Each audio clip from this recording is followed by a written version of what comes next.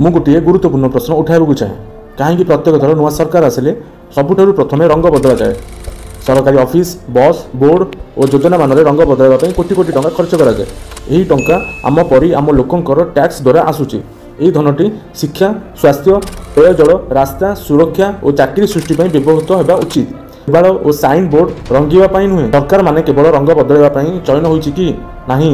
सरकार चयन हुए जनता सुविधा सुरक्षा और देशर उन्नति पाई, किंतु प्रायतः देखा जाए जे असल काम को छाड़ी देखा भली उपरे गुरुत्व दिया जाउछि। रंग बदलिले जीवन बदलू नहीं, जीवन बदलाए काम। मु एक जिनिस स्पष्ट करने को चाहे, मु कौन दल सहित संपृक्त नुहे।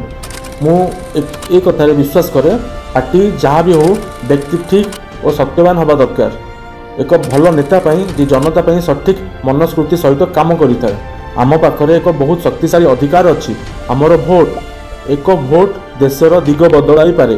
तेणु मु समस्त को अनुरोध करे भोट देवा पूर्व भावंतु बुझंतु तापर निष्पत्ति नियंतु, कहीं आपण को भोट आपणकर अधिकार। जाति धर्म भाषा बा दल देखि नुहे, एक नेतांकर कार्य और नीति और आचरण को देखि भोट दियंतु, कारण एक भोट देशर भविष्य बदलाई पारे।